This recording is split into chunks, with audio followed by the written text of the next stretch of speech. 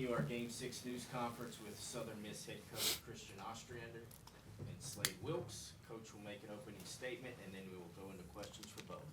Coach? Yeah, first, just want to congratulate Coach Vitello and his staff in Tennessee on the championship, and best luck to them moving forward. Very good ball club, obviously. So, just proud of our guys. Long day today, and came out and played a really good game against, Indiana earlier today, and and got a chance to keep playing, and knew it was going to be tough, and thought our guys fought. Just ran out of gas a little bit there at the end, but nothing to be ashamed of for sure. And I know these guys, they got a lot to be proud of. Questions? We'll start second row on the left there. This one's for Slade. He just kind of touched on just your time as a Golden Eagle, just kind of the impact it's having on you personally, how much fun you've had, things of that nature. Yeah, it feels like a short 4 years. It's something that's, been a lot of fun. I've been a lot of part of, great baseball teams, won a lot of baseball games, but, the friendships and the brothers I've made for life is something that's going to stick with me. Coach, obviously not the way you wanted it to end, but how do you think your first year went with the resume that you have off of this season? I'm just very thankful. I've been surrounded by a great group of young men like Slade and all those guys and everybody associated with this program.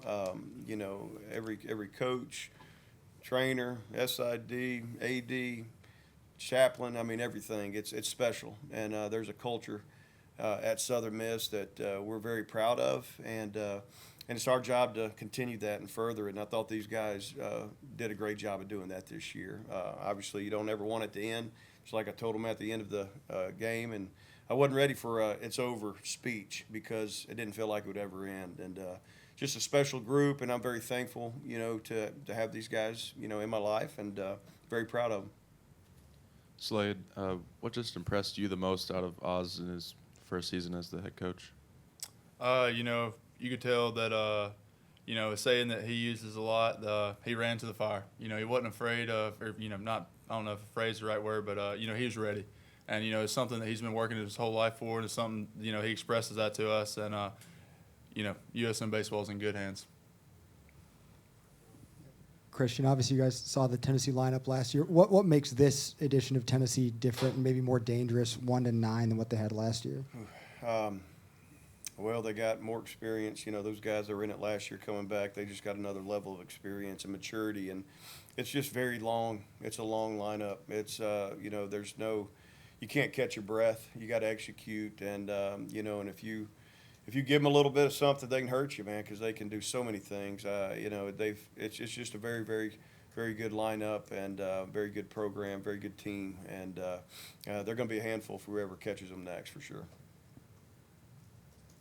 Oz, just kind of looking forward to the future. Just what do you think or what do you hope to maybe look at in the off season of what you guys might need to, take the next step and just kind of, I guess, what are you looking for to add to this roster?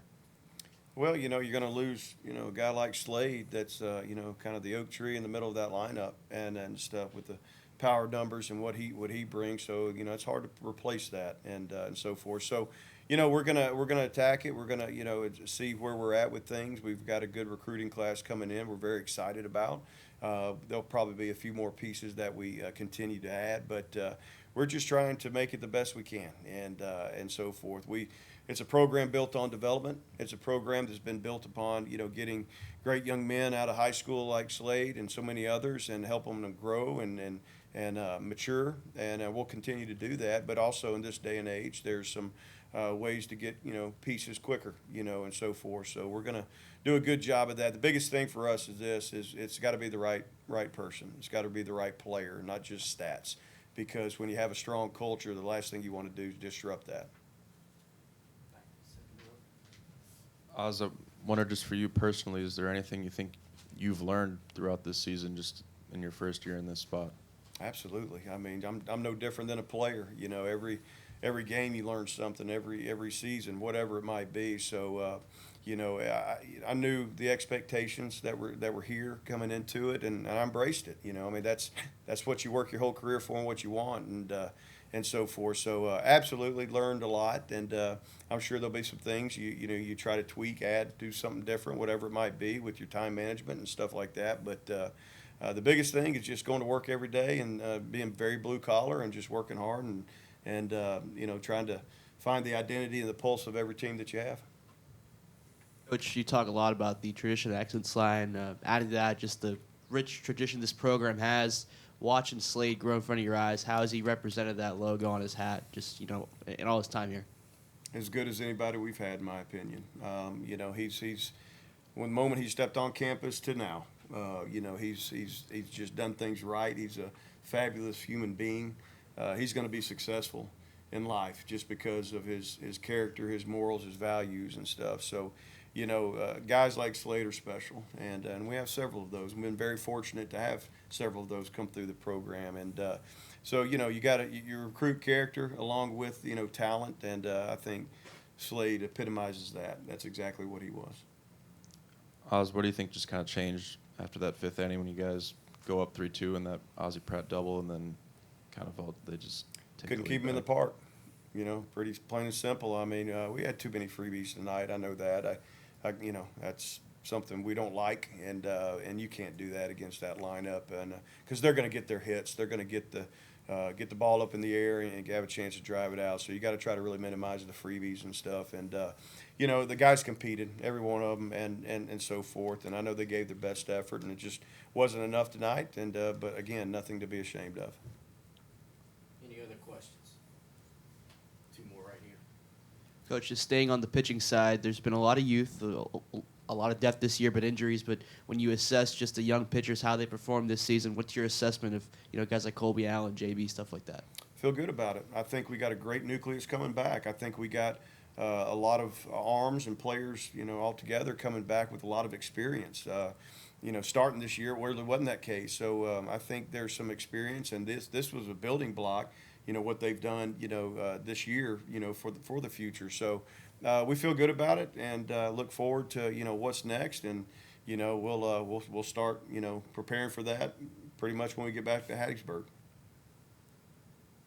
Scott kind of took my question, but speaking to the youth, you had even Lawson behind the plate, young guy. He didn't play that position in high school, but it seems like those guys grew from week one to where they're at now. I mean, playing in an environment like this, Sun Belt tournament, and then Knoxville Regional, what does that really do for a young person? I think it's very important. I think it gives them confidence. They've been in that moment.